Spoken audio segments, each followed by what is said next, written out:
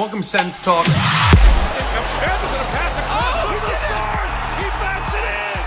Tim Stutzler wins it for Ottawa.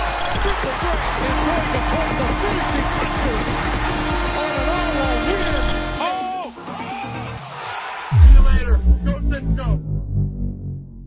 Sens win 4-2 over the Toronto Maple Leafs as the Sens have won 6 in a row, baby. Here we go.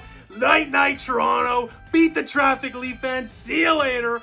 Goodbye. Good night. Little brother Leafs. See you later. We're going to rake ya.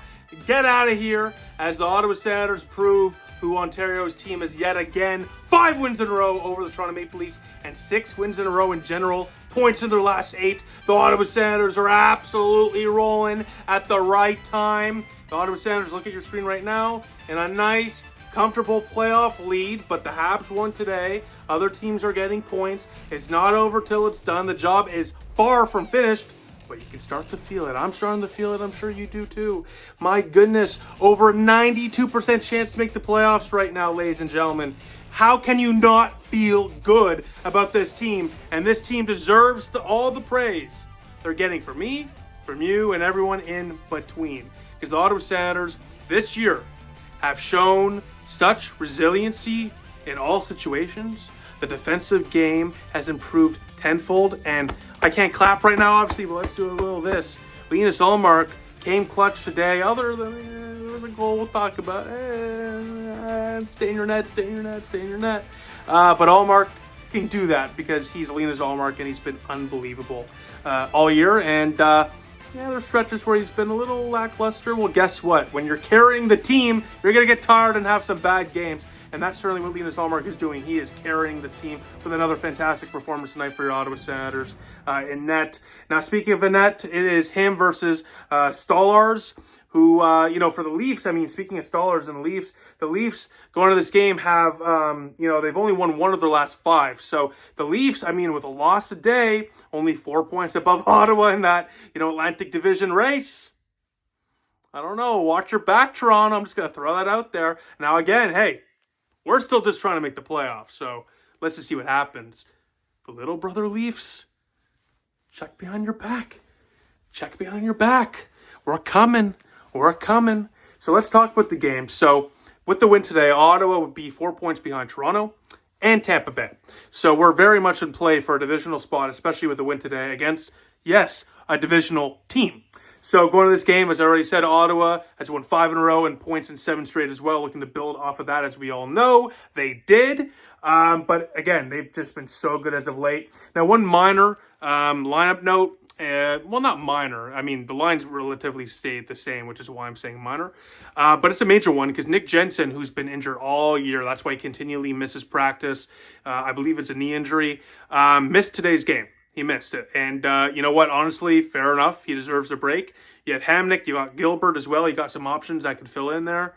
So Hamnick would replace Jensen on that second pairing. Yeah, that's right. Travis Hamnick on the second pairing. I'm sure a lot of fans will be calm and rational about that one.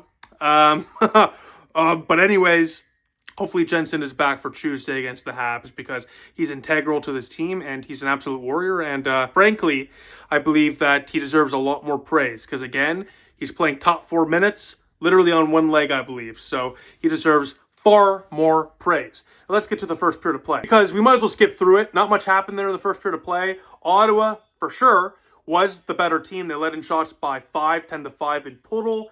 Had a couple of good chances, but overall was a low event period for both teams. But if you had to pick a team that was better, it was certainly the Ottawa Senators, who had all the high danger chances. They hit a post once, had a couple good looks, just couldn't bury it. And for the Leafs, they had 1 look. They didn't even hit the net. So, again, Ottawa in that period was definitely the better team. And it looked like it was going to be a low-scoring, low-event, defensive-style, goaltending type of game. Well, no. Let's go to the second period of play. And all of that would change, not even 10 minutes in. 7 minutes into the second period of play, and the Leafs strike first. Yeah, the Leafs strike first, and the Ottawa Senators are going to have to find a way to battle back here, as it's William Nylander who walks in, and I mean, Zetterlund has to be stronger here when he's covering his man, and beats Ullmark with a nice little move out front to give the Leafs the 1-0 lead. However, not even a minute later, Tim Stutzle in the cycle finds Jake the Snake Sanderson, and he lets it rip. Top shelf. where Mama hides the cookies, and the Ottawa Senators, a minute later, tie it up again. It's 1-1, and Ottawa, again, I was saying it to, I was with some family watching this game. You're probably wondering why I'm looking so clean, so dapper. Your boy definitely cleans up nice, I'm not going to lie. But I was watching with my family, and I was saying, well, we had all the momentum in that first. Can't kill it. Well, it got killed there by the Leafs. And just like that, we took it right back. It killed any momentum for the Leafs to build off of. Well, enter Linus Ullmark. As I'm saying that,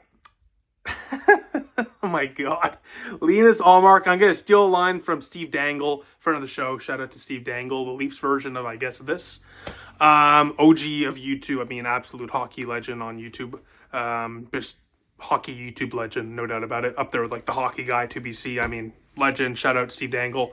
The only Leaf fan I like, to be honest with you. Sorry to my Leaf fan friends. I got a lot of them. Unfortunately, I probably shouldn't admit that on camera. But anyways, moving on from that. He always says, tend the goal. If you're a goalie, tend the goal. Ullmark, tend the goal. What are you doing? Oy vey. And Matthews strikes the tie it up at 2. And suddenly the Leafs and their barn is going. I mean, that barn is a snooze fest. But for this one moment, it was a little bit loud. I think Sens goals got a little more cheers than Leaf fans gave for their goals, to be honest with you. There's some good pops tonight from the Sens crowd. Good crowd today for Sens fans there in Toronto. A good amount of them, which was great to see. But the Leafs tied up here at 2. Again, to take Steve Dangle's line, tend the goal. Just stay in your net. Just stay in your net. I'm begging ya.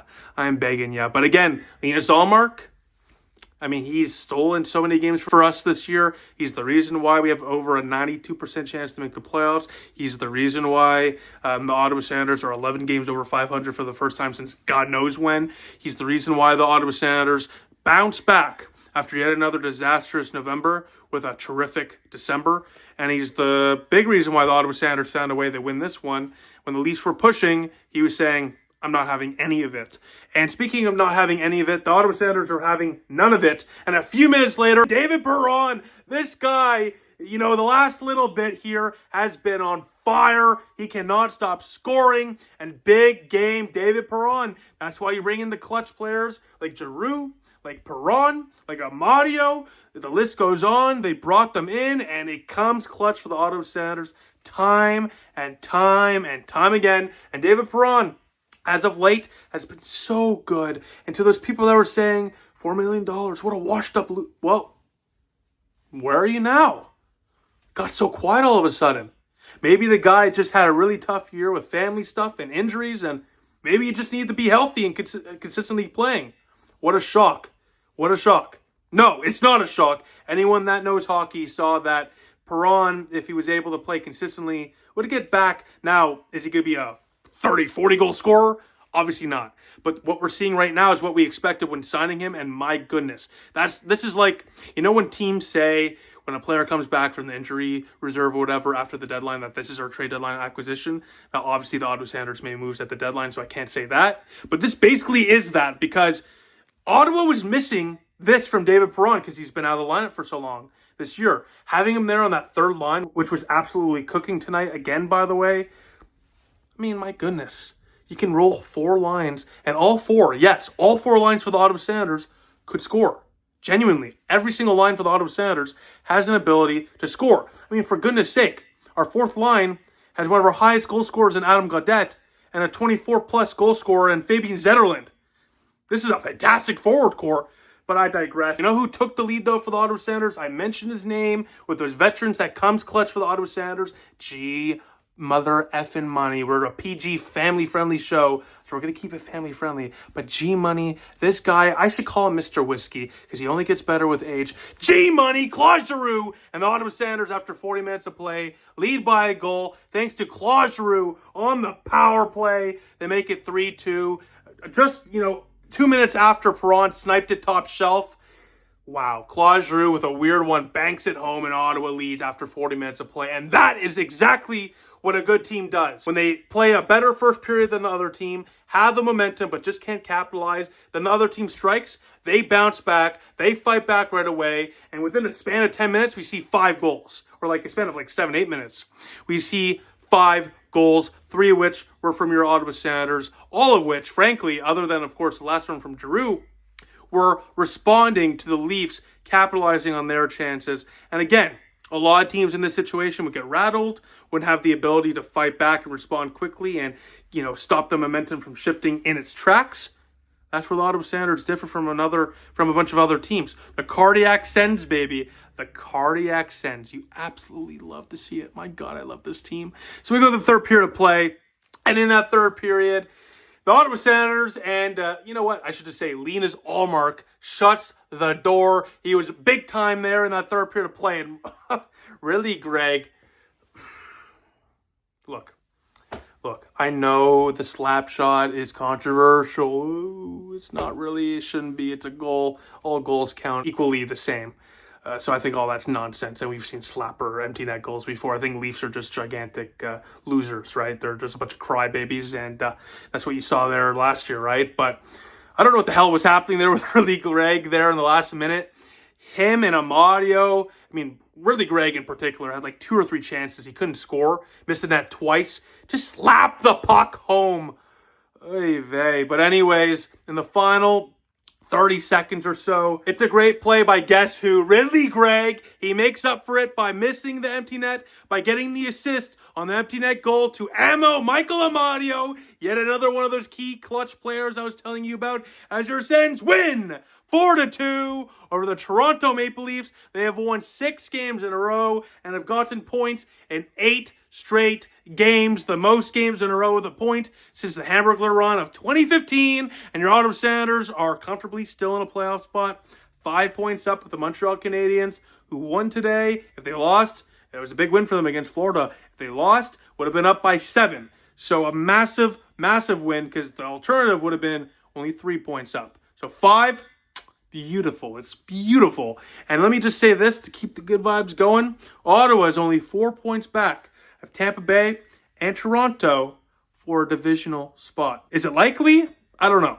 Is it possible? Yes. And that is all we need. That's all we need, especially with one of the easiest schedules left in the National Hockey League and many, many, many, many games, not only at home, but all of which, the rest of our games are in the Eastern Hemisphere. So not much traveling either. Talk about finally the NHL giving us a schedule that not only benefits us, but can help us. When the hell has that ever happened, right? Now, before I continue with the rest of the Keef Smoke Meats post-game notes, I'm going to throw it to myself from the other day to explain to you why you got to go to keefsmokemeats.com and order right now. So let's get to that now. Keef Smoke Meats, we're proud to announce this new partnership with an incredible local brand, the best smoked meat in Ottawa, by the way. During a process that takes over 150 hours while using the highest grade beef, they smoke their meat on top of a mix of Southern American charcoal and Keef's signature flavored wood chips, leaving you with a savory Montreal-style inspired smoked meat. Holy mother of goodness. I've had this before. It's so delicious. My family comes from Montreal. I know a thing or two about smoked meat.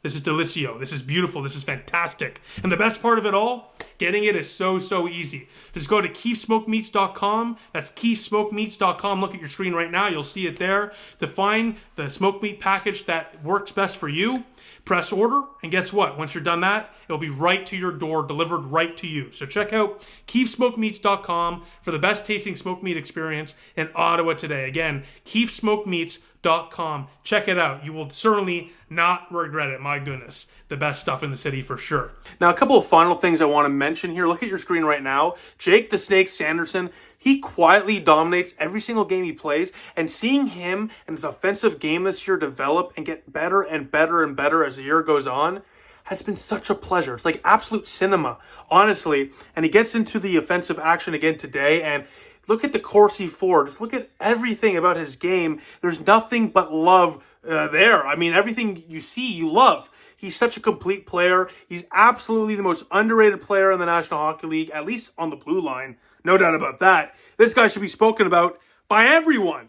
By everyone. This guy should be spoken about, with the likes of like the top 10 in the National Hockey League. Now, am I biased for saying that? Maybe. But I fully believe that. The offensive game is already there. The defensive game has been there. Round it all together, you got a top 10 guy. He's already a top 5 defensive guy. You get 50, 60 points out of this guy. He's top 10. Who's going to say otherwise? If they're saying otherwise, it's because he plays in Ottawa. That's it. That's it. If he played in Toronto or Montreal or wherever else, they'd be singing his praise like he's the Messiah. You know what I mean? So, look, Jake the Snake deserves way more love around the NHL, but us here in Ottawa know that Jake the Snake is something special, and we saw that again tonight. Now, speaking of something special, just consider this for a sec, and shout out to friend of the show, Alex Adams of Sportsnet for the stat. I wasn't even aware, but it's true. Ottawa this year has 16 games left, 16 games less than last year. Guess what? We just have one less point than we did last year in 82 games. Wow. This shows how far we've come in not even 365 days. Travis Green, some veteran additions, and some real goaltending, and this team is rolling, baby. Absolutely rolling. So we'll see what happens in another pivotal matchup on Tuesday against the Montreal Canadiens, Les Habitants. A big game. I got family. I was just in Montreal today. We were talking about it. It should be a fun one. I'm not going to lie. I had some boots on the ground reports for some of my family there that are Habs fans, and let me tell you, they're jealous that we have Brady Tkachuk. So don't let anyone tell you otherwise about that either. They wish they would die. They would do disgusting things to have a guy like Brady Tkachuk on their team. Now, at that Tuesday, big game against the Habs, a 4-point game, right? I mean, if we lose, they're only 3 points behind, and it's a game against us, so that really helps them. So we got to get that win, got to keep it going, but let's just enjoy this right now. A couple days off, probably practicing on Monday. They'll probably give them the day off tomorrow, and we'll just go from there. But with that, thank you all for watching. Let me know what you think in the comment section down below, as always. I'll see you all soon. Go Sens, go.